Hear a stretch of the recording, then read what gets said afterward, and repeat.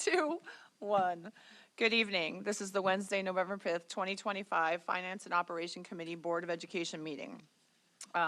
Calling this meeting to order. It's 6:01 p.m. And can we please have a roll call? Mr. Bresnahan. Dr. Henry. Here. Mrs. Arvanites. Here. Mrs. Assaf. Here. Mrs. Hotzer. Here. Mrs. Slawinski. Here. And Mr. Riani. Great, thank you. Can we please stand for the pledge? We're making up for it. Yes. I pledge allegiance to the flag of the United States of America and to the republic for which it stands, one nation, under God, indivisible, with liberty and justice for all.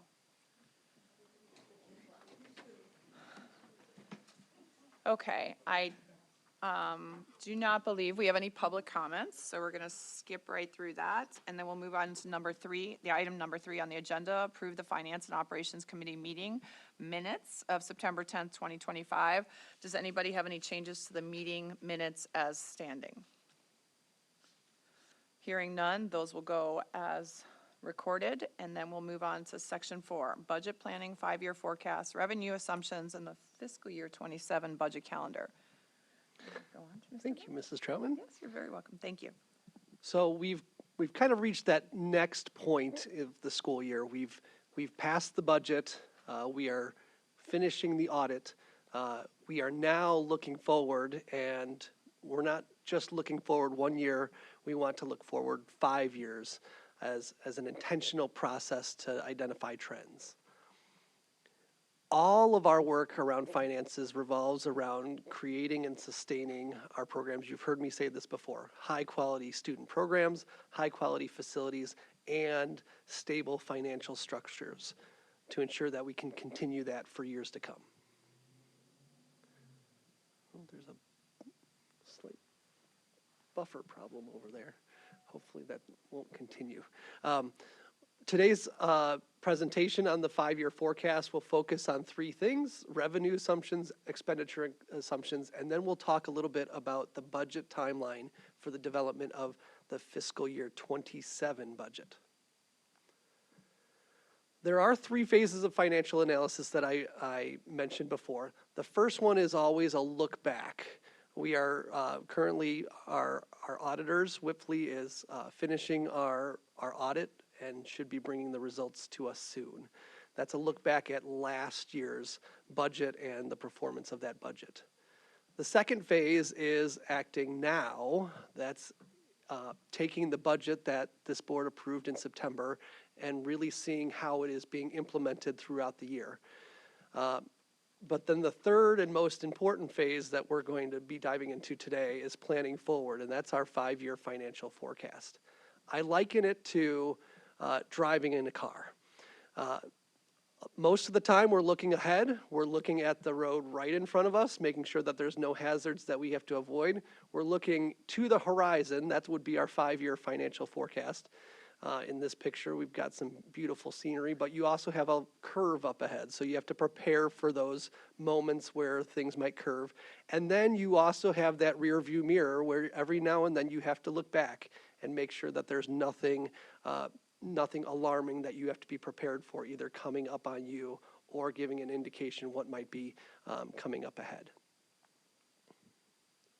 So let's dive into our revenue assumptions. And you've seen similar graphics than this before, but I just want to remind everybody who's listening and everybody who's here tonight that our revenues are made up very predominantly based off of our local property taxes. We are blessed to have a supportive community that supports high educational programs here in District 205, and we are less reliant on state and federal revenues, which at a time like this, where some of those revenues are at risk, it provides us the ability to sustain ourselves a little bit better than those who are more reliant on those revenues.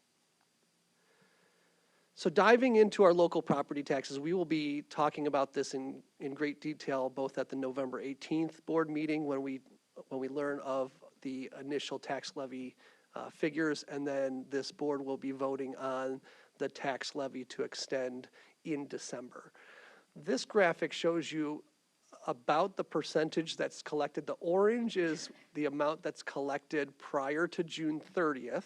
So it's property taxes collected at the end of our fiscal year. And generally, it ranges about 52 to 53% of all of our property taxes are collected before June 30th. And then it looks like it goes all the way up to 100%. We get to 99.8% of all property taxes are collected in the year that they are due. Some of that delay, some of that that lag is because we do have a small contingent that's part of Cook County. Cook County has not issued their second tax payments for this calendar year. And right now they are forecasting that those second bills will not even be issued in time to make payments in 2025. So that causes a little delay for that small sliver of Cook County that is part of Elmhurst District 205 boundaries. In addition to the percentage of property taxes that we collect, our ability to levy taxes is limited by CPI, or the Consumer Price Index. And that is because of a law called the Property Tax Extension Limitation Law. It restricts it to either CPI or 5%, whichever is less. This chart here, you can see in 2020, CPI was fairly low. And so we can extend our tax levy and increase it by that same CPI amount. In years like 2021 and 2022, when they were 7 and 6%, we were limited and we could only extend our tax levy by 5% each of those 2 years. In the near future, these assumptions are building in the assumption that it looks like we are going to end 2025 around 2.75%. Right now, year over year, it's 2.9%. We are being a little bit conservative, thinking that it might come down. There's 3 more CPI reports that are due to come out before it's finalized what the 2025 CPI value is. After that, these assumptions assume a 2.5% CPI rate for every year after. The federal government wants it to come down to more like 2%, but both our 10-year and our 20-year averages are more like 2.5%. In addition to CPI impacting the local property taxes, all of our new properties also impact the amount of property taxes we collect. And new property is not just brand new buildings.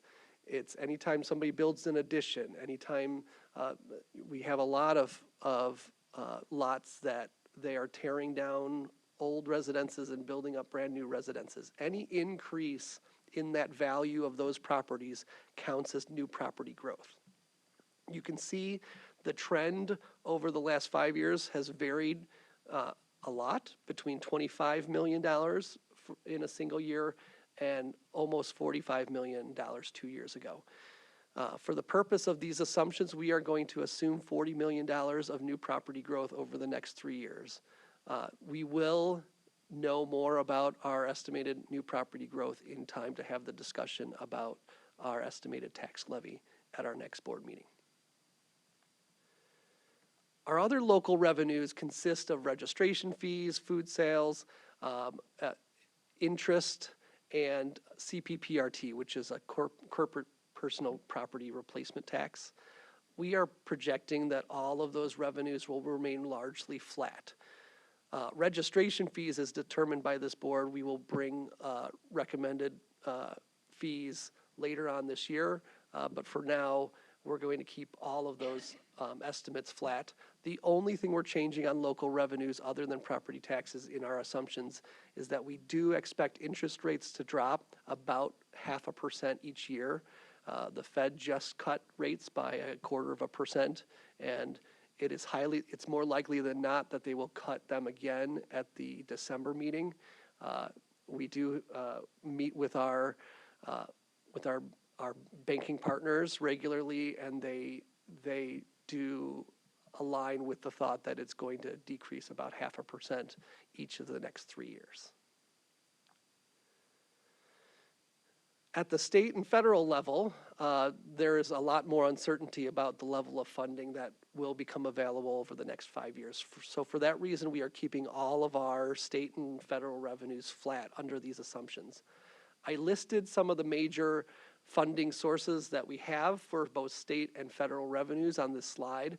And you can see at the state level, we get quite a bit of evidence-based funding. That has always, since its adoption, there's always been a hold harmless provision. So we would not anticipate that we would ever see evidence-based funding drop without some sort of legislation being spoken about. Transportation and special ed tuition are different stories because those we have seen a lower amount of proration coming from the state over the last several years.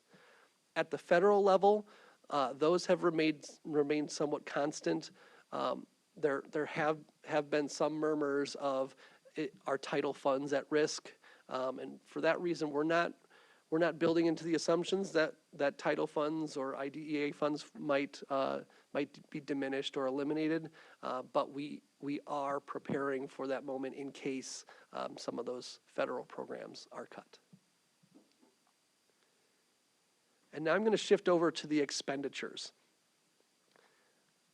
And this is missing. I did have a slide in here, and I apologize, Mrs. Troutman, but I thought there was a slide in here that showed that the large amount of our expenditures, and I'm going to pull it up right now, 61% of all of our expenditures come from salaries, and another 12.7% come from benefits. So that shows that our expenditures are devoted to the people who are directly serving our students.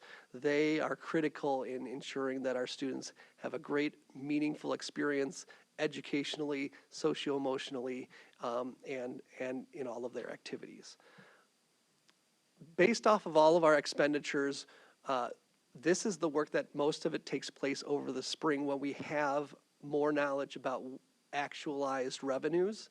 However, for the purpose of our 5-year financial projections, we align all of our expenditures in line with what industry trends tend to be. All of our salary projections are in line with existing contracts, and if there is not an existing contract that extends beyond this year, we are going with past performance of those contracts. Insurance benefits, we did see an 8% increase this year. To ensure that we capture that to the maximum of our ability, we hope our insurance plan will yield positive results this year, but we do want to build in that 8% annual increase to be on the safe side. All other expenditures, we would anticipate that the average of those expenditures are going to increase by that same CPI that our property taxes can be impacted by. So we did set it at 3% for this upcoming year. That's a little bit higher than the 2.9% that it currently is in CPI, but again, we wanted to be somewhat conservative. And then each year after, we are assuming a 2.5% increase on those other expenditures, which are supplies, purchase services, and equipment. And of course, we've talked about this to some great length in past meetings. We do have an annual $4 million transfer into our capital projects. We identify what those capital projects are. We're going to be talking about that a little bit later on in this meeting. We are including that $4 million transfer in each of the next 5 years under this projection model. And that churns out some charts that you may be familiar with, the green line and the red line. If you're not familiar with it, let me guide you through this a little bit. The green line represents what the fund balance is at the end of June. Yes, and by the way, there's two of these. So we're looking at the one that says before working cash bonds. The green line represents that June 30th balance. Well, the June 30th balance is actually after, and you saw it from the graphic, we receive about 52 to 53% of all of our property taxes before June 30th, but those payments aren't being received until the very end of May or throughout the month of June. So that's a representation of the end of the fiscal year, but the red line is representative of where our low point is. And you can see in all future years, that red line is really close to that zero mark. And in fact, in this model, it dips down slightly below that $0 mark in a couple of years in the future. Obviously, we would not let it get to that point. We would take necessary action to make sure that we would have the funds to make all of our payments. I do also want to address what's on the left side of this chart, where you can see it is way below that $0 mark on the low point balance. This was an accounting decision that was made where we did not include the property tax that we received in May and June. We did not include that in the fiscal year that it was received. We deferred it until the following fiscal year. So this graphic doesn't truly represent what our low point was because we had cash on hand. It's just that it wasn't recorded until July 1st. So those left sides, and this is why our Illinois financial profile score did dip for several years because we had deferred those property taxes. We made that change just over a year ago, and now proud to say that we are back into the recognition category for our financial profile. So this chart represents if we were not to issue any bonds, any working cash bonds. And I wanted to show this because this board has not made a decision yet. On November 18th, you will make a decision whether to issue both working cash bonds and life safety bonds. The life safety bonds are not included in this in any way because life safety bonds are not considered operating funds. So I specifically referenced working cash bonds because these are intended to provide support for that $4 million annual transfer to the capital projects. This is what it would look like if we did not have the working cash bonds to support that annual transfer into the capital projects fund. And as I mentioned before, that low point does dip below zero with all the assumptions built in as they currently stand. On the other side of the page, or on the next slide, you can see this is if we were to issue that $8.5 million worth of working cash bonds. And you can, I'll draw your attention to the green line where you'll see that that green line increases at a greater scope, at a greater slope in fiscal year 27 and fiscal year 28. And the reason why is because that's where the working cash bonds would be used for the transfer into capital projects. And using that boost, then you can see that that low point is above zero at all times. It is at an acceptable level. It is still not in a 100% safe level. It would be nicer to have a little bit more money in reserves at the point of the low point in case we have an emergency situation where we have to do an emergency repair or we have to make some emergency purchases. But this represents what it would look like if we issued those working cash bonds. I think it's really important as we talk about a 5-year forecast that we acknowledge some potential risks that are out there, that most of these are not being talked about at this point in time, so it's not something that we have to build into our model, but at the same time we have to realize that it could have an impact. There could be a pension cost shift to local school districts. Right now they are working through Tier 2 and how it may or may not meet safe harbor provisions of federal tax code.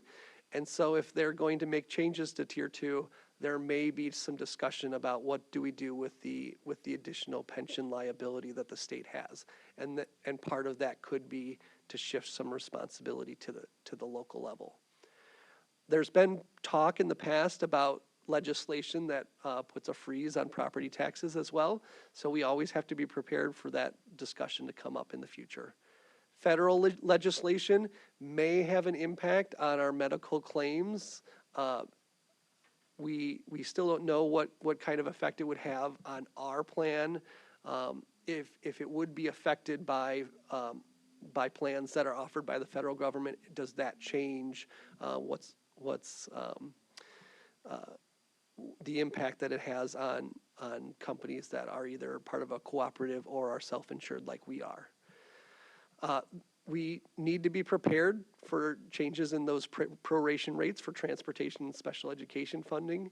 And at the federal level, we have to be ready in case there is discussion about the reduction or elimination of some of those federal grants that we discussed earlier.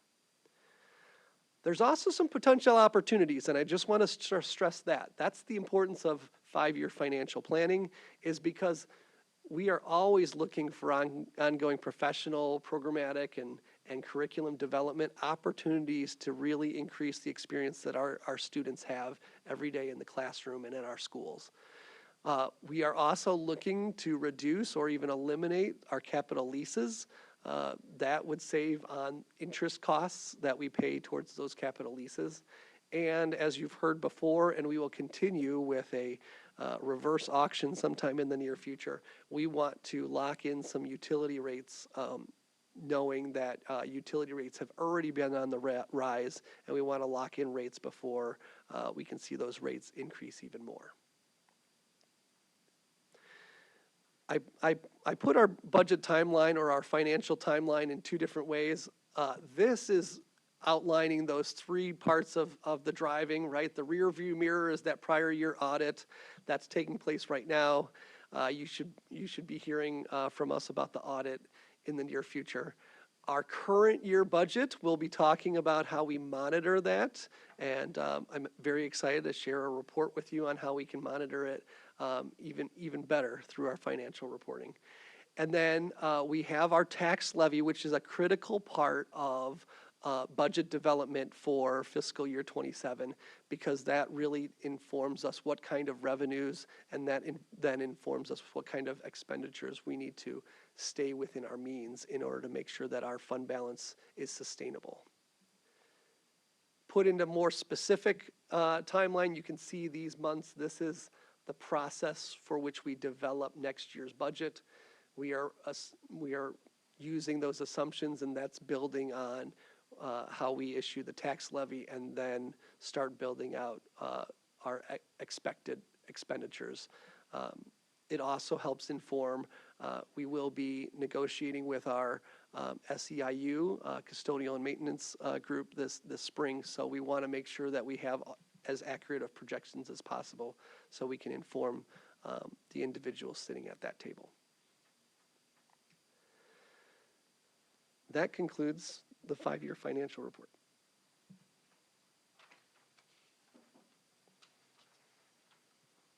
Great, thank you so much, Joe. I mean, the amount of work and time and rethinking the way we look at this, have looked at it for a lot of years. I know how much time that took and effort, and so I really appreciate it. So I'm going to open it up for questions from the board, committee, wherever. Anyone. Whatever. We're just rolling with it tonight because we're all kind of all over the place. Anyone? I'm happy to share, Yeah, but I don't have to go let's do it. first. Do you have something? I Gary? actually just had a question. Can you just talk a little bit more about that dip and, where it went below because of the accounting tax adjustment that was made? I'm not really too familiar with that. If you can just kind of touch on that a little bit, please. Yes. So for those years, we collect, I don't have the exact number with me right now, but we collect upwards of $130 million of property taxes every year. And during those years, and this is an accepted practice, you can do it either way. Some school districts choose to say, when we collect half of that amount in May and June, so say, we'll just say $65 million is what we collect in May and June. Some school districts say, we are going to defer that and not capture it as revenue in this fiscal year. We're going to wait until after June, and then we're going to record it as revenue the following year. It does make it easier to budget because then you're not waiting until the last day to say, usually we get one last property tax payment on June 29th or June 30th, and you don't know what amount that's going to be. So all of a sudden, if you get $2 million more than you were expecting, you can't utilize that money in the fiscal year because the fiscal year is ending that day. So some school districts do that, and that's what we did for several years. That works when you have a fund balance that still keeps it positive without collecting that $65 million. So if we had $65 million on hand, and I think that speaks to the fiscal responsibilities that we are not hanging on to $65 million so that we have a positive fund balance even though we collected another $65 million. It's a responsible way of saying we need to keep enough money on hand to pay the bills, but at the same time, we're not deferring money that we've already received.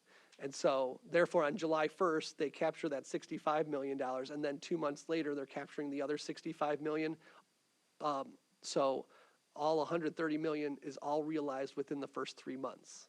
Well, we made that accounting change because that was actually harming us because it looked like we didn't have any funds on hand. And so by the state calculation, which is a very objective calculation, it gave us a very low score. So it made it look like we were in a financial hardship, but we were not.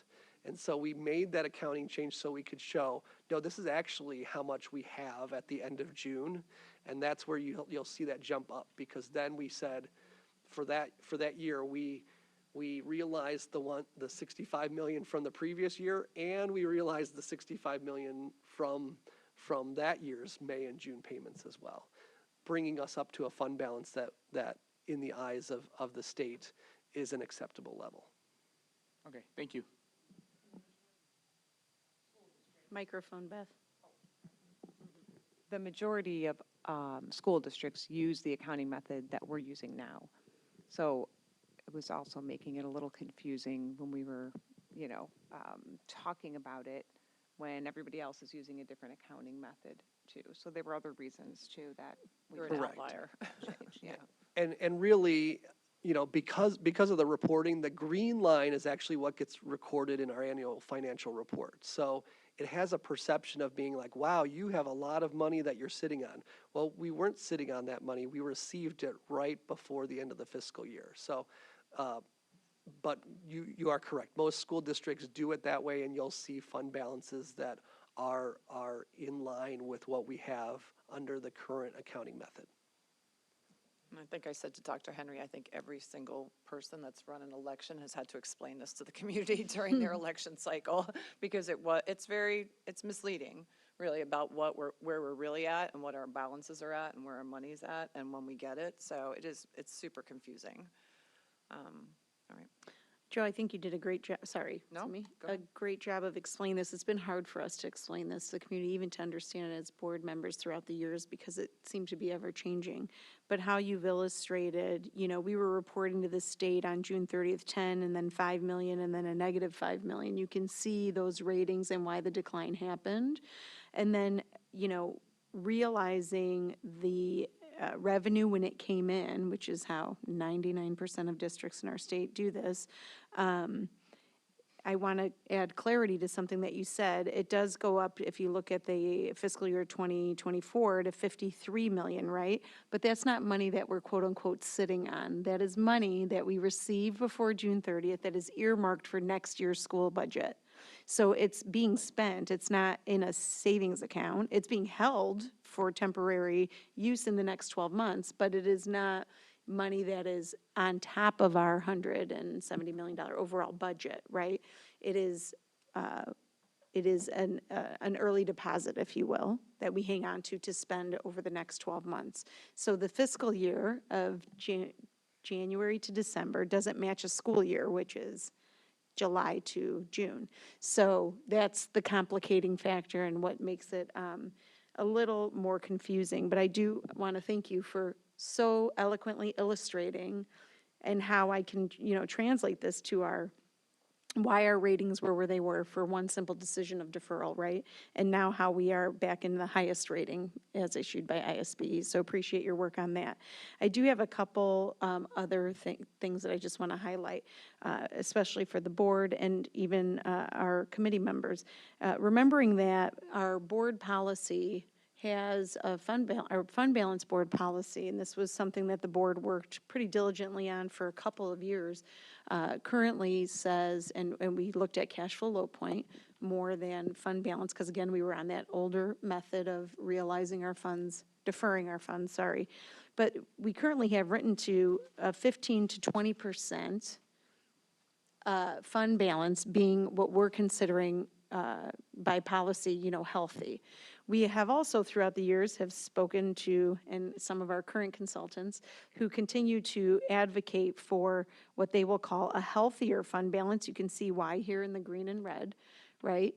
And that the recommendations are really 25 to 30% should be targeted for fund balance. So this is again in line with our board and community kind of value of that conservatism when it comes to our fiscal responsibility, and that we're going to hold as much as we need, or but it has to be within a range, and that range is less than what's recommended by experts in the field, right? And that's because of our conservatism. But I do want to go and showcase this piece too, that when you're looking at both of these, kudos again to Joe for putting in the before and after with the big decision the board is going to have to make in November, and what this looks like with working cash bonds being sold before and after. You go back to, I'm calculating about what you had on your screen, about $6 million that are vulnerable in our budget between federal and state. And I'm not putting in I'm not putting in evidence-based funding, but I'm looking at about a $6 million vulnerability in our budget due to things that are outside of our control. And then when I look at the before working cash bonds and seeing where we are at cash flow low point, we aren't able to cover that $6 million vulnerability. And for me personally, that makes me uncomfortable without that working cash. So I can see the recommendation coming from the administration, in support of considering working cash bonds being sold to, maintain that cash flow low point around that vulnerability amount is what the impact might be in the years to come, if passed by the Board of Education. So I appreciate all of this outlining and how you've presented it to us. I hope other board members are feeling like it's being explained in a way that we can understand. It's not confusing, which I think has been, unfortunately, some of our experience in the past. So thank you for the way you've outlined this and the way you've explained it to us. I think it makes sense and it's clear, and now we will continue to help our community understand what fund balance means and why that number is so high, and how it's not actual money in a savings account. It's actually money that's being held to be spent for the following school year. So thank you for all of that.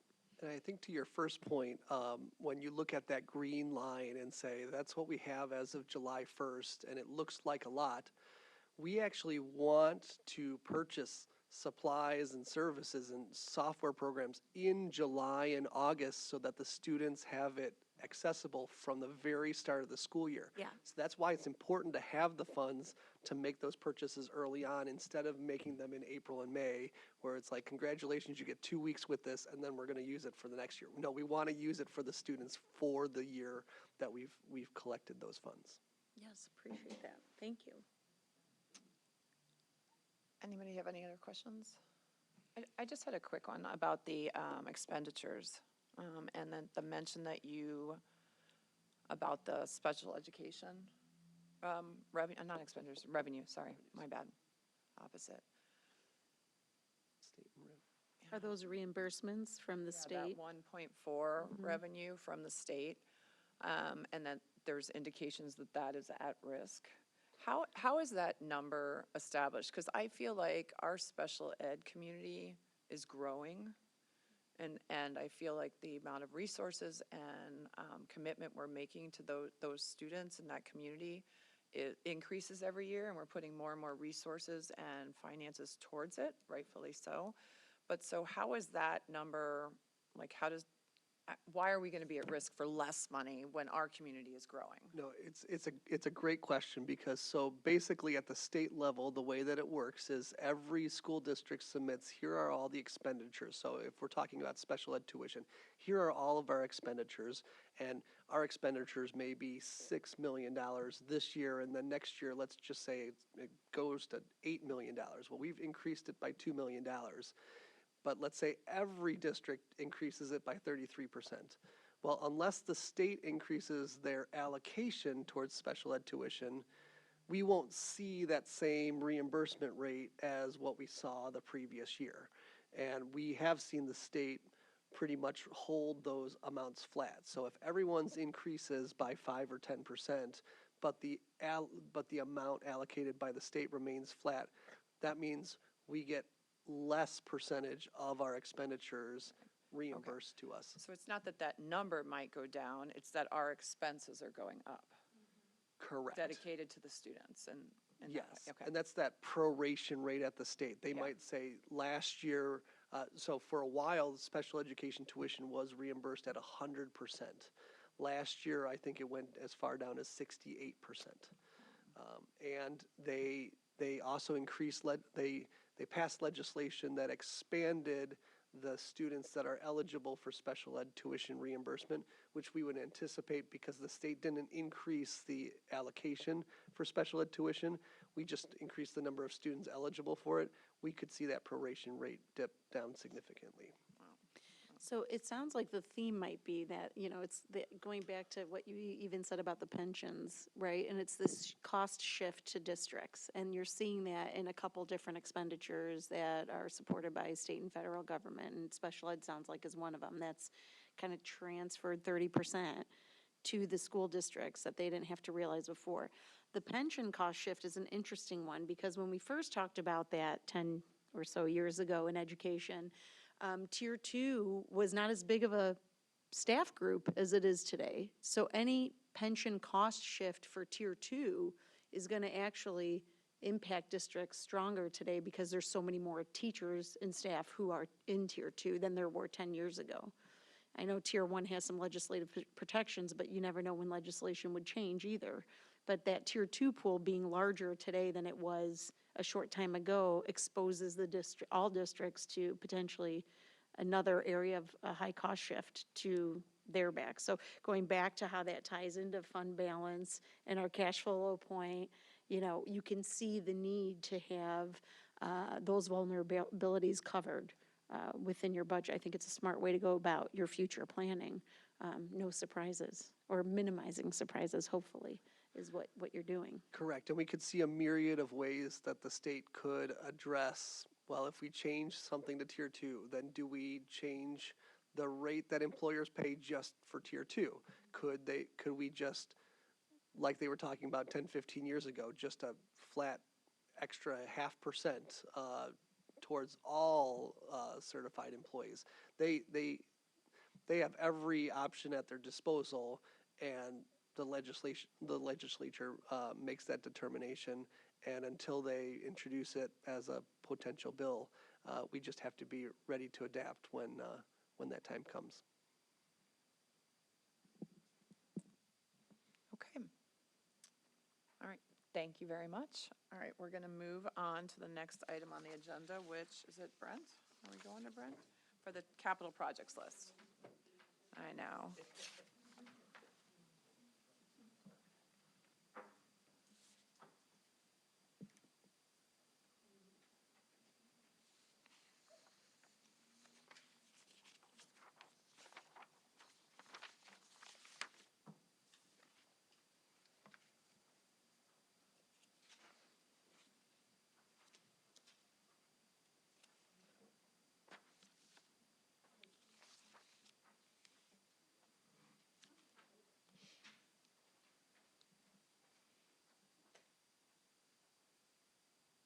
Joe just wants to do that presentation again.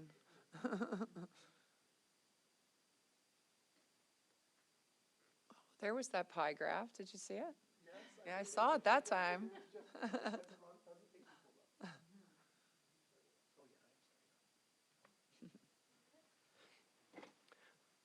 All right, I'm going to begin this presentation and then hand it off to Mr. Brasky. Similar to what we talked about, I'm just going to constantly remind us that the goals of our Finance and Ops Committee and our team is all about creating and sustaining high-quality student programs, high-quality facilities, and ensuring stable financial structures. This presentation is built on one of our strategic plan elements to modernize and maintain high-quality facilities. And this is an annual discussion that we have, but it's really important that we're very intentional about our process. That process is outlined here. I realize that the words may be a little bit harder to see from your vantage point, but it really is a cyclical process. We are constantly revising our capital improvement planning or our long-range facility planning. We are regularly checking on our buildings. Brent is all over the district, checking in with our building leaders, checking in with our architects to ensure that everything that's going on in the district, that we're making sure that our facilities are maintained adequately, and that when there is a need for a repair or a replacement, that we've identified that and we have identified a proper timeline. From that point of discovery, we move into an area of funding and design about how we are going to address those needs, and then finally is the implementation. And most of the implementation of large capital projects happen over the summer, but we start planning now because there are timeline requirements, especially around bidding and preparing for the services so that they are ready to go once the students leave at the very end of the school year. So I'm going to draw your attention to the funding and design piece because normally at this meeting, you may be used to seeing the complete list of what we intend to do for the upcoming summer. For a variety of reasons, we are not bringing you a full list because we want to make sure, A, that it is fully developed and fully accurate, and that we capitalize on the most items and the most impactful items that we can bring forward for this upcoming year. And there's two factors that are influencing why we are not able to give you a complete list. First is all around our life safety work items. And to give you an up-to-the-minute update, the State Board of Education has approved all but 3 of our life safety, all of our sites except for 3. And we do expect within the next couple of days that they will approve those 3. There's been a little bit of back and forth and some adjustments. We'll provide that for you when we talk on November 18th.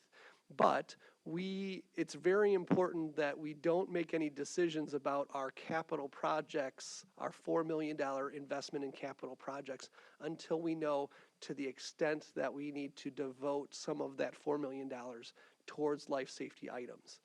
If we did pass the life safety bonds as what's being proposed on November 18th, we would likely invest about $1 million of this $4 million capital project, these $4 million of capital project funds towards additional life safety items beyond that $15 million life safety bond issuance. But if we didn't pass it, we would have to devote quite a bit more of our $4 million capital projects transfer towards life safety items. The other piece of it is that we have recently identified some key repair needs that we're going to talk about, that Brent is going to talk about, that we need to address this year. And we need to, in order to be very intentional about it, we want to understand the full scope and the full costs so that we aren't committing additional funds that towards other projects that we may need for some of these repairs.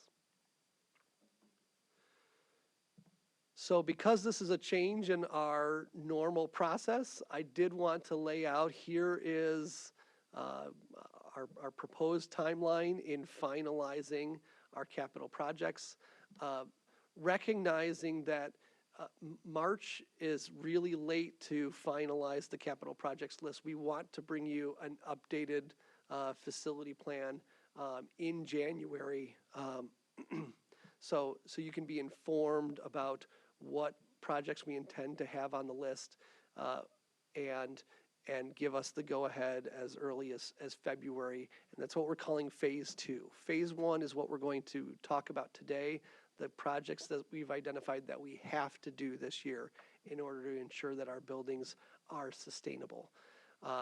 It would still follow that same process that in March, we would do the transfer of the capital projects funds into the capital projects fund so that we can accomplish the work over the summer.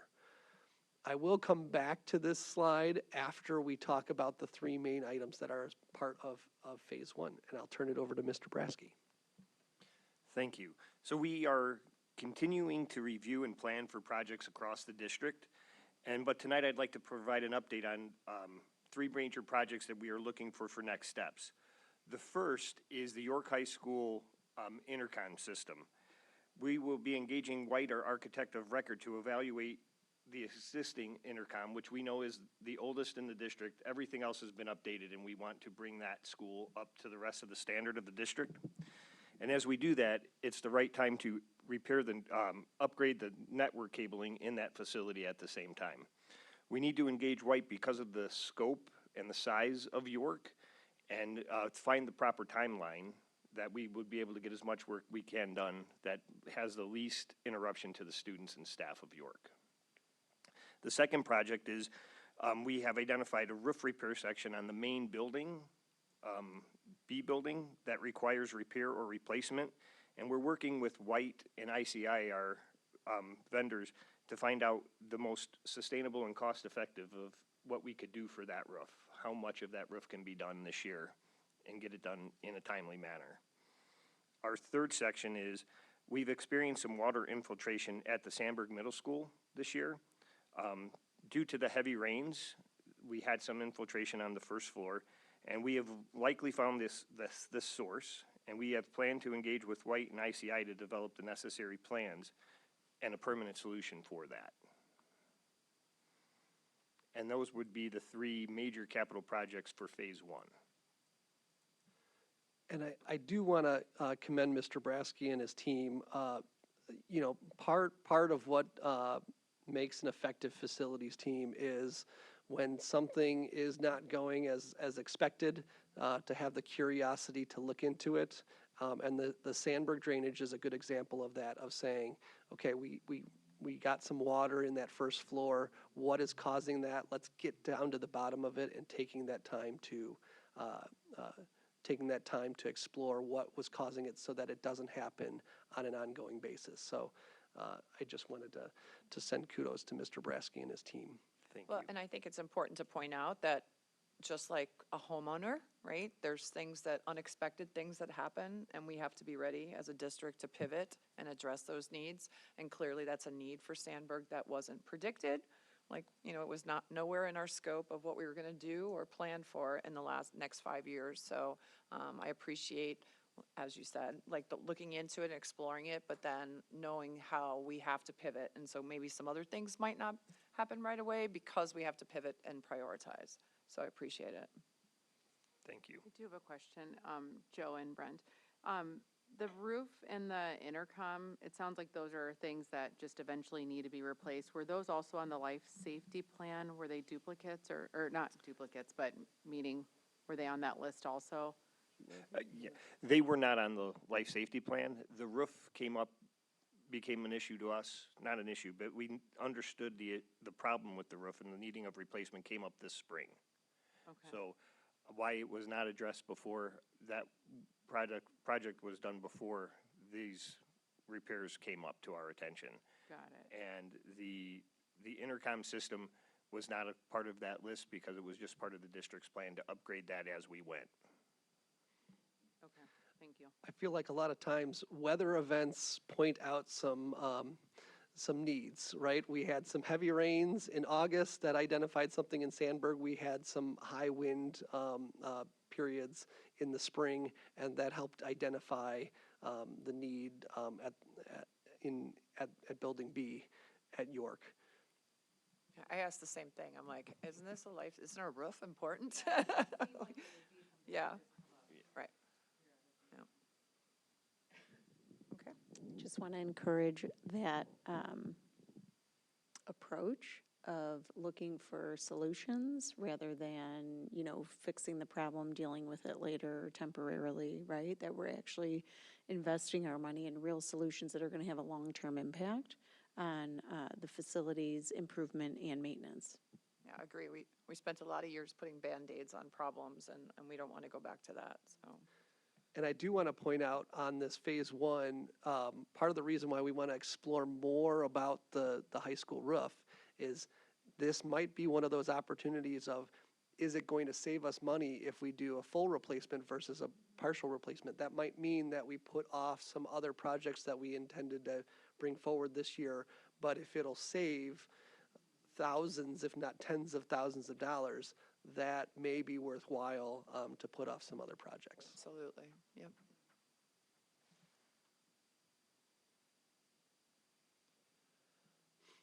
And this is just a review of the timeline. Again, I wanted to put this up there because recognizing that usually you walked away from this meeting having this list of here's what we intend to do in 2026, and we're going to be very intentional about making sure that we use every dollar to the maximum of its ability and we don't overcommit as well.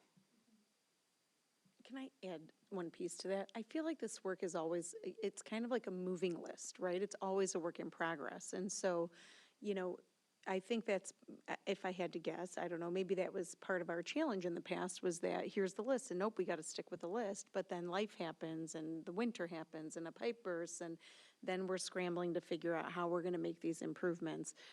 So this kind of what's really sticking out to me is this idea that the list is ever moving, it's evolving, some things get added and moved, and so this will just be a point in time. This is where we are now, knowing it might change. So this idea of phase one, phase two, and allowing that flexibility to adapt is, I think, really important. And again, another highlight of just how we're moving forward in the future. Thank you. And I realize sometimes we do have a 10-year capital improvement plan, but we don't share that regularly because all it takes is one event where now we have to move things out of the fiscal year, and it's like, why did you move the one thing that I really wanted you to do this year? We don't want it. That is an estimation on here's when we think it's going to happen, and it might move up or it might move back depending on those priority levels. Thank you. The other thing I wanted to bring to your attention is each year the district has an opportunity to apply for a school safety grant for up to $50,000. And this year we have identified the York main building roof as the project we are applying for that $50,000 for to help offset that cost. And then the last item is some upcoming RFPs and bids. Oh, Before we yeah. do that, if it's okay with you, we would like to bring that school maintenance project grant as a consent agenda item in November. It is required that the board approve the grant application, but it does not require formal action by itself. So asking if we can put that on consent. Yeah, sounds good. I mean, and then you're committing that money to go to the roof at York? Correct. Okay, The and that's what the application is for? Yes, Okay. the application basically says we will use at least $50,000 of local money to also replace the roof. Considering $50,000 will not get us very far on the roof, we are confident that we will provide an additional $50,000. And then we are going to we want to on a regular basis provide you with an update on RFPs and bids that we intend to move forward with. And we would like to do this as between now and our next Finance and Ops Committee meeting, which ones are we embarking on? Just to outline a few things, bids are required, most of the time, bids are required anytime that we're asking for goods or services that exceed $35,000. There are some exemptions to those bid requirements, including construction bids. The threshold is $50,000. So one of these three items is is a request for proposal. Oh, I'm sorry. I need to remind myself that I just wanted to point out that this does fall in line with one of our other strategic plan objectives, and that's to utilize procurement procedures aligned to best practices to promote financial stewardship. So one of our three tasks that we're undertaking, and I want to thank Rudy Gomez for undertaking this, is we want to issue an RFP for our copiers. Our copiers are on a 5-year rotation, so we don't replace them all at once. We replace roughly 20% of them every year.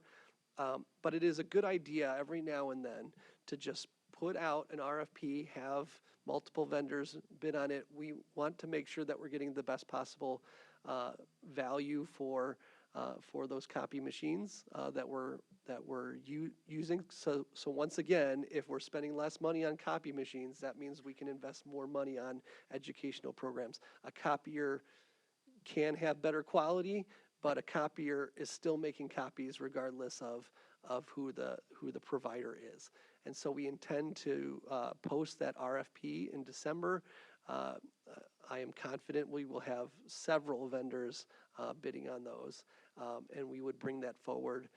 We would share the RFP results at our next Finance and Operations Committee meeting, and then for approval later on in March of 2026. For the other two, I'm going to turn it back over to Mr. Brasky. The other two RFPs or bids, as though we value our partnerships that we've had with our vendors here for a long time, we believe it's the best thing for the district to do our due diligence to secure the best price and services for the district. So in these, we would like to put up waste management, and that would be our trash and recycling at all of our buildings. We would be looking to post that in early January with proposals returned in February and then presented to the March board of the winning vendor for that. As part of that, we'd also like to do this for HVAC service bids. So that would be a bid to put out for hourly rate and transportation so we can lock in those costs over the next couple of years. So as times change and rates change, we have ours locked in. We would post that in mid-January with bids due in late February, and so be able to bring that to the March Finance and Operations. I'll do a quick one. And I'm not looking to look back and judge other people's decision, but why haven't we been doing this? Like, why are we not trying to find the most competitive contract that gives us the best services for the best price for our taxpayers' money? I can't speak to as Right, why, yeah. but I can say that bids and RFPs do take a considerable amount of time and expertise. Okay. So making sure that we have the right partnerships to build the specifications, and making sure that we issue it, and making sure that the other thing is building relationships with companies that want to engage in this, and making sure the more competitive that we are in receiving proposals or bids, the better it's going to be for the school district. I think Dr. Campbell wanted to speak to it as well. Yeah, I was going to also say that in part of our long-term financial stewardship and planning, this was one of the areas that we talked about, making sure that we are being fiscally responsible. I think that, as we said, in terms of Mr. Blomquist can't speak to what happened before, but I do know that relationships were were established with certain vendors and certain contractors. But now we're at the point where we value relationships, but we also equally value making sure that we're getting the best value of those services, so that we can ensure that we are allocating our resources in the best way possible to support our student programming and student needs. So I think that it is a combination of having a new team members that has been brought onto the team, and really assessing the relationships, assessing those services, as well as being in a time where this board has charged administration to leave no rock unturned in making sure that we are getting the best value and savings so that we can continue to allocate resources back to our schools and to our classrooms. Yeah, and I appreciate it so much, especially when next month we're gonna make a vote on issuing more bonds, which will impact our taxpayers. It's important for them to see that you really are leaving no stone unturned and trying to find ways to, like, be the most efficient and most, like, responsible with the money that is gifted to us by our community. So I really do appreciate all this. It's gonna go up there with the reverse auction as like the stuff that I can't wait to hear more about. So, the reverse auction on the energy, I The mean. electricity, yeah. Electricity, I've gone down a rabbit hole, Athena, let's keep this meeting moving. Okay, and I think with that, is that the last, and then we're gonna move on to our monthly financial reports. All right. I want to say that I saved the best for last, but I'll let you be the judge of that.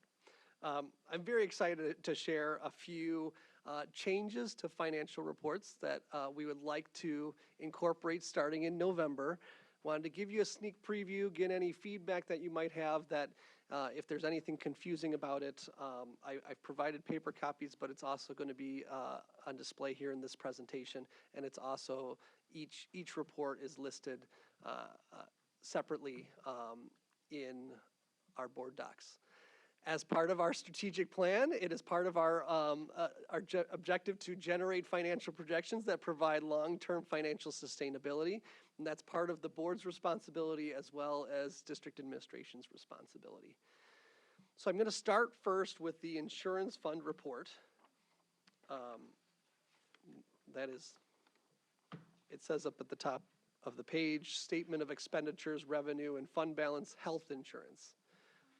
This looks somewhat similar. Oh, I do have another copy if members of the, It's on the back of the cash flow green one. do they need paper copies?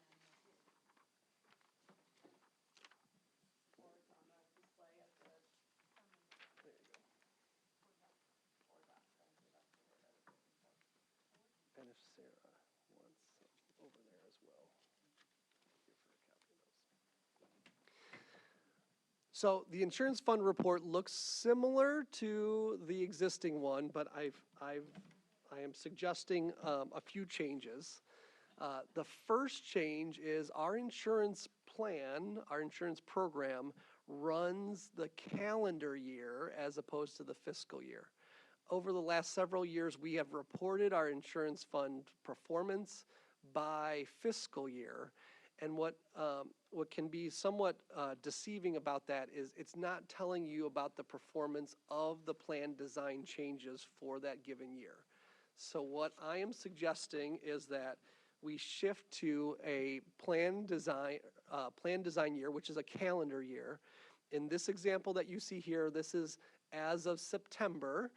We are hours away from completing our October month-end financials, but wanted to make sure that you had as accurate of a picture of what September would look like. So this represents January through September of this year. Just as a reminder, this board approved plan design changes 2 months ago. That is not represented in any of these financial figures because that plan design does not take effect until January of 2026. So really, this is assessing any plan design or premium changes that we made the previous year. And you can see by looking at it on the left side, I've taken it by month, so you can see how are we performing in the month of September compared to the last 2 years. Which sometimes that close of a snapshot might be a little misleading because it all depends on when an individual has a surgery or when a claim actually gets processed, because it might take 2 months, it might take 2 weeks.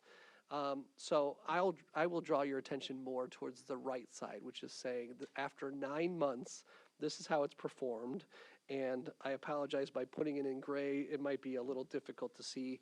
So far through this plan design year, our net loss for the year is $292,000, which in comparison to previous years, at this point, a year ago, we were $2.3 million in deficit for the plan year. So that means that the changes made last year are are making progress towards our goal of ensuring that our insurance fund is sustainable. And we hope that the plan design changes made in September will even make that better so that we can have a strong fund balance. I also wanted to still maintain the current fund balances as of the end of September each of the last 3 years. So you can see 2 years ago, at this point in time, we were about a $2 million deficit in the insurance fund, and now we're at a $5.5 million deficit over 2 years. That's where we've gotten, but you can see again, it has relatively stabilized compared to a year ago. I'm just going to pop in there and give accolades to both the insurance committee. Thank you, Dr. Henry and Mrs. Arvanites, for really putting all the work in to get us to even be able to see this, and Joe for looking at these numbers a way that represent truly what's happening, right? Again, truly representing that showing how we can see the decisions that were made in committee, insurance committee, are impacting, right? Because we can see it. It's not a school year. It's really month to month, year to year, and how impactful those decisions are. And the way these reports are presented, at least to me, it makes it evident that there's a direct impact. So I think this is, at least from a non-finance layperson, this is much more impactful for me to help understand exactly where we are compared to where we were. So thank you. I appreciate it a lot.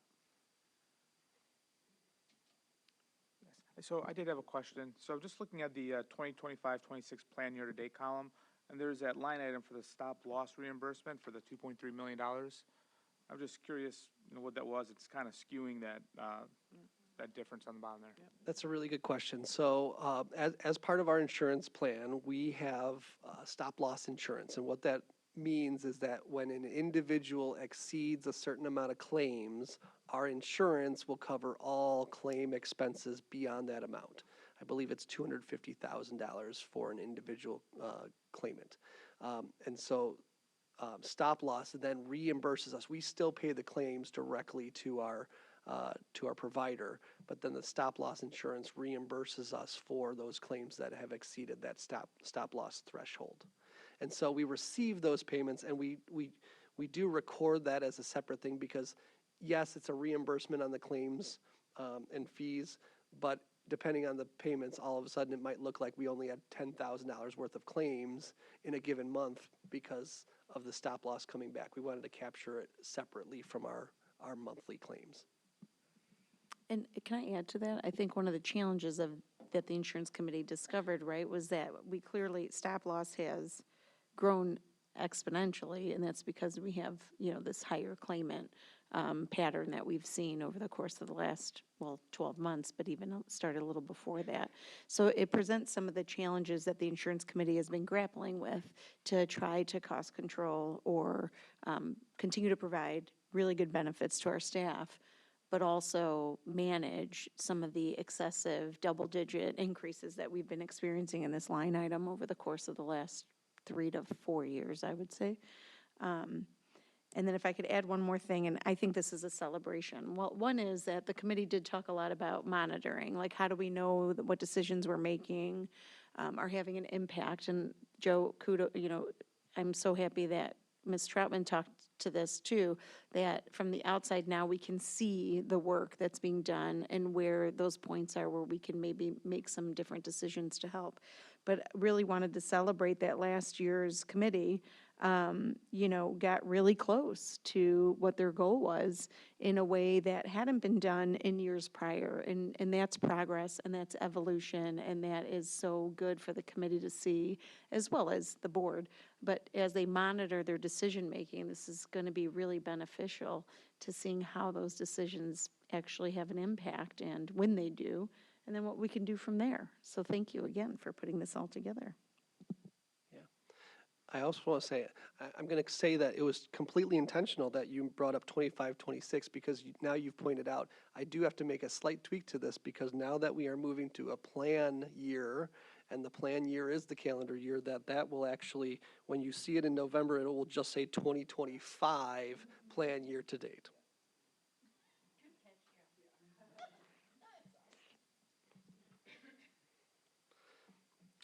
Okay. Just a quick clarification, the stop loss reimbursement, the fact that it's so much more, was that due to just different claims, or was there something that we changed that made it so much more this year as opposed to prior years? No, there are a larger number of high-cost claimants that qualified for stop-loss reimbursement. Got it, okay, thank you.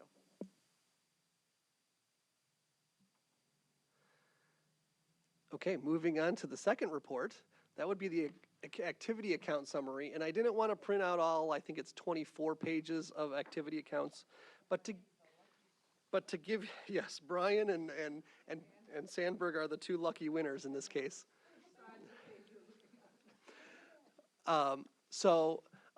Just to give you some background, activity accounts are actually funds that are collected through either collection from students or fundraisers or various elements where they are collecting the money, and this is not property tax money, this is not federal or state grants, this is entirely collected for a core purpose of an activity, of an event, of something that is benefiting those students in those schools.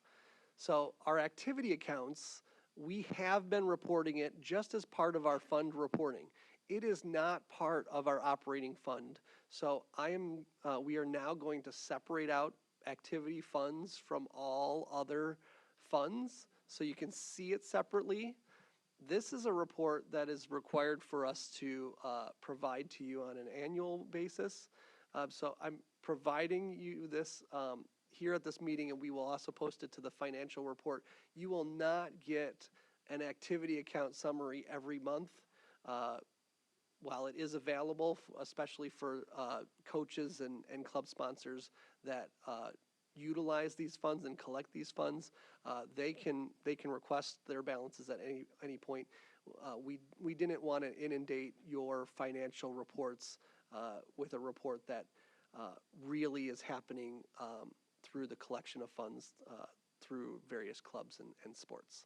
So this is our annual statement of all of our activity account balances, along with, in last fiscal year, all the revenues that they took in and expenses that they paid out during that time. Some of these accounts you'll see have zero balances. Either they became zero at the very end of the year. Robin Cornelison worked with our buildings to identify some accounts that needed to merge with other ones because they're part of the same club, or clubs that no longer are in operation. We have an obligation that if activity funds are no longer available to the student group that they were intended for, that they should be absorbed into an account that benefits the maximum number of students. So in general, they were absorbed into a general activities account for that given year. You will see some of these go away, but I did want to report, since they had activity in fiscal year 25, it was very important to show that activity, whether they were revenues or expenditures. Okay, I know not probably the purpose of this one, but I'm curious because the amounts are extremely different, right, between the two schools. Do we look at these and kind of compare? I mean, is this a reflection of more opportunities at certain schools, or is it a reflection of more participation, or what's the? That's a really great question, because it really is dependent on both their needs, their planned activities, as well as the number of students participating in various things. So that makes it really hard if you're looking at chess club at one school and chess club at another. Well, it's not representative. We're not going to say there's 100 kids in chess club at this school and 12 at the other, and therefore their activity counts may fluctuate. The same thing with, I'll use the field trip account. It all depends on, does second grade go on a field trip at this school versus second grade at another school not go on that same field trip? Or the number of students in that second grade might impact the the amount of funds being collected and dispersed. Do we ever look at, like average, amount per student for activities? I guess I'm kind of getting to, you know, there's sometimes been things brought up in the community around like equitable access to activities or different things throughout different schools. And so I'm just curious, is our average amount we spend per student, whether or not, you know, they have the same activities, is that pretty equal, or do we see a lot of variation there? And that's something that we can take care of through our general funds. We make sure that we provide Yeah. equitable access towards the funds that we as a district provide. At the same time, for activity funds, we cannot regulate or we cannot Absolutely, yeah. reallocate activity funds. And so, short answer is no, we don't monitor the activity accounts per se to make sure that there's an equitable amount of. I'm just thinking it might give us some, just general insights in terms of participation, and as we look at participation in extracurricular activities and things like that, it just might give us some insights into what that looks like by school. Am I right to make the assumption that each individual school creates their categories in their activity account? That is correct. Okay. If there is a request because they're starting a new club or they want an activity account, they submit that request to the business office. We review it to make sure it's in alignment with regulations, and yes, they have the full authority to ask for additional activity accounts. Okay. And then who oversees each individual building's activity funds? Because, you know, when Nikki mentioned field trips, it's weird to me that Sandburg starts $4,300 in the hole, where Bryan starts field trips $2,300 and, but, you know, extra. So and they're taking in about 16,000 each a And- year. So I'm just, who is in charge of making sure that the funds within their individual building is spent correctly? So that is something that the business office is taking on in full force. Ms. Roberts and I have. But through this process and through doing a full analysis of all these activity accounts, we're identifying, okay, where are some areas that we need to address so that if there are negative balances, what are we doing to make sure that those balances are evened out? We're not going to look back on the past and say what caused it in the first place, because we're not going to go back 5 years and say you should have collected an extra $10 for this field trip, and now we're billing 8th graders for 3rd grade field trips. We don't intend to do that in any way. But at the same time, we recognize the need of, we should not have negative account balances, and what steps are we going to take to replenish those funds, and that way, as they collect for the next field trip, that money is intended for that field trip that they're going to expend in that given year. And I know I kind of took us off course, so I will say thank you. I do think having this separate is helpful. And I just think it can give us additional insights that we can use to make decisions on how we support our schools and our students.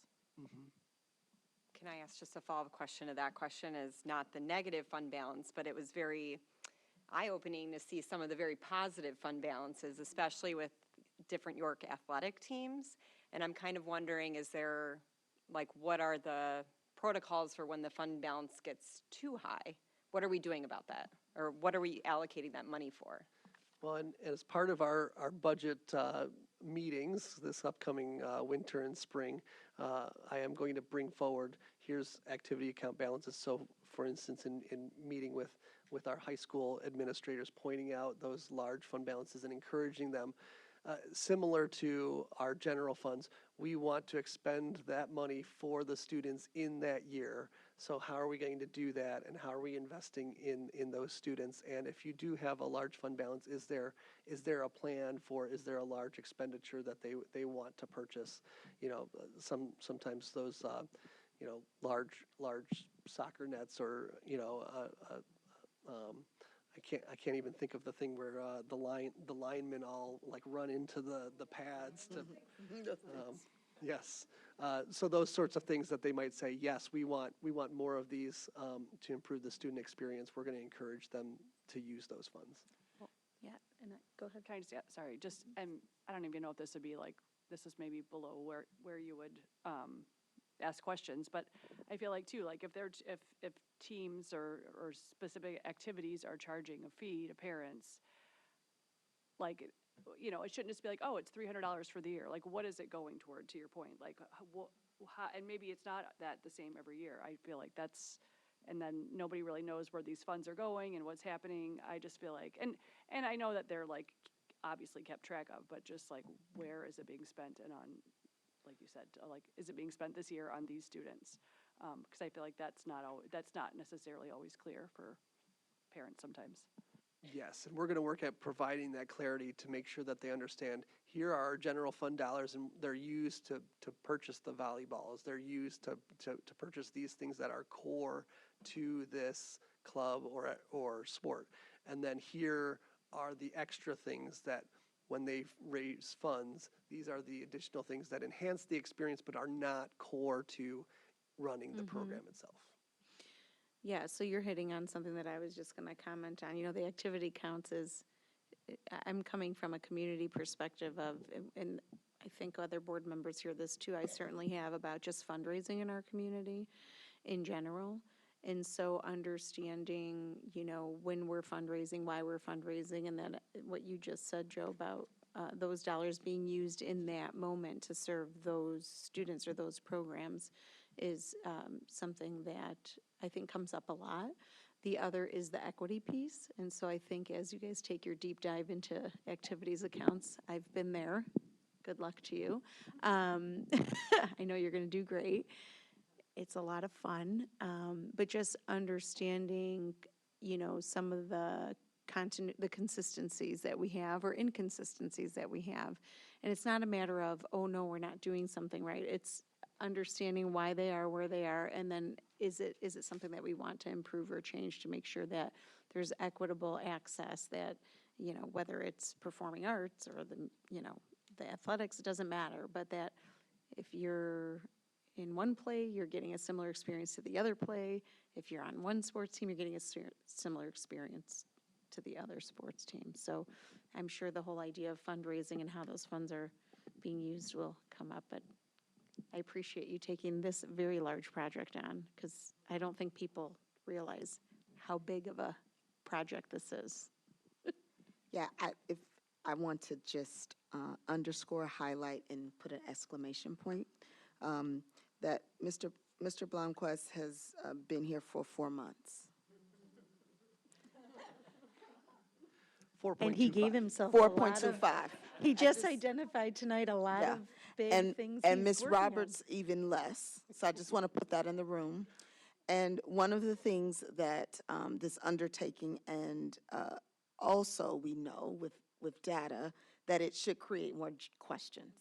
So I appreciate, and I think that our team has been very thoughtful about making sure the board has clarity in understanding what the dollars, what the numbers mean, and where they're situated, and he's gonna go even into our next. But I think that it is our next report, which he's really, really jazzed about. But I think that, again, I just want to say, I want to go on record publicly saying thank you to our finance department, to our facilities team, because anyone that has joined our team, I emphasize the high expectations, and that sounds good until you get in the seat and then feel it, with saying, I've thought about this differently, I'm bringing a new report, and then automatically that has generated questions. And like, okay, but I really do appreciate that, and we're on this constant, continuous evolving of improvement, and I think that our conversations with school leaders, just in terms of how we've developed these reports, even going into preparing for next year, are going to be even more robust and asking some of those questions that we weren't able to necessarily pinpoint because the way in which we were just, you know, synthesizing the data and the information. So once again, just thank you. Okay, yeah, Dr. Campbell set me up for my piece de resistance. So I'm very excited about this one. This I'm proposing to take the place of the fund report. The fund report right now If you take a look back at our September fund report, it tells you, here's how much we budgeted in each fund, and here's how much we've spent so far. But it really didn't give you any indication of, is that good? Is that bad? Where do we stand? And so I really wanted to enhance that experience by producing a cash flow projection instead. And what you'll see here, and this is September, again, we are working on finishing up our October month end. But you can see on the far left side of this chart, you'll see July, August, and September. Those are our actual expenditures and our actual revenues that were realized in the same financial reports that you've seen over the last 3 months. But then, using this model where you take the last 5 years of trend analysis on what percentage of each account code line item, take the last 5 years trend of each of those line items and allocate it to each given month based off of its performance from the past, it produces a projection on how much we spend on salaries, for example, in the month of October. We're expecting to, you can see on there, we're expecting to spend $8.7 million on salaries in October. So when you see this report on November 18th, you'll be able to take a look at this report and then the actual report and say, how close were we to that $8.7 million? And then it will adjust everything on the very end on the right side, because you can see it has our annual budget, the second to last column, and the third to last column is the year-end projected. So it's taking the 3 months based off of what the trend was going to be and now realizing our actual expenditures. And I'm going to draw your attention all the way down to the bottom where it says not ending fund balance, but put net cash flow. And you can see our year-end projected net cash flow at this point in time is that we will yield a $1 million deficit. We budgeted for a $3 million deficit. So that means we are trending in the right direction compared to our budget. This is going to be very helpful. I believe it's going to be very helpful not only for the business office and district administration, but for you as a board, because when we come back in March and April and we start looking at it and saying, wow, we are trending really positively. Is there a repair that we can take care of this fiscal year so that we don't defer it when it's going to cost more a year from now if we're saving money, or if we're trending in a poor direction, we can inform our budget managers, hey, we need to be a little bit more conservative these last few months because we are not trending in the right direction, or perhaps the revenues are not trending in the right direction and we need to be responsive. We can't control most of our revenues, but we can control our expenditures to counteract any trends that happen in our revenues. I could talk forever on this one, but I'll save that for any time you want to.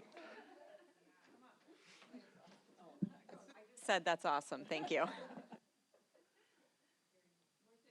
All over here saying like little things to each other, like, this is amazing, this is a real report, this is so great. So thank you for. Well, again, right, like the ability to pivot with Yeah. real, live, actual, on-time, like real-time data so that you can pivot, either move forward more or pull back. I mean, it's so incredibly helpful, so. Any questions for anybody? Gary, you good? You've been very quiet over here. It's a lot of stuff, a lot of good stuff. Okay. Just a quick clarification, Very good. sorry, Mr. Blanco. The variance is based on what we're assuming we should be at in September, right? Like the month to date, The variance is based on our. take the 3 actual months Yeah. and the 9 projected months. Okay, and then the 9 projected months. And okay. this is where we're expecting to land, and compared to the budget, that the variance is where do we expect to land in the budget if the trends Combination continue of that our- way. Yep, okay, got it. Just want to make sure. This is exciting. And just to point out, so for instance, on the salaries, you can see that the year-end projected is running, this is an example of something that we're going to be monitoring closely. Our salaries are trending, as I call it, they're trending hot, which means they're trending over our budgeted amount. So we're going to have to monitor that, and that also informs all the decisions that we make as we head into the spring and start making decisions.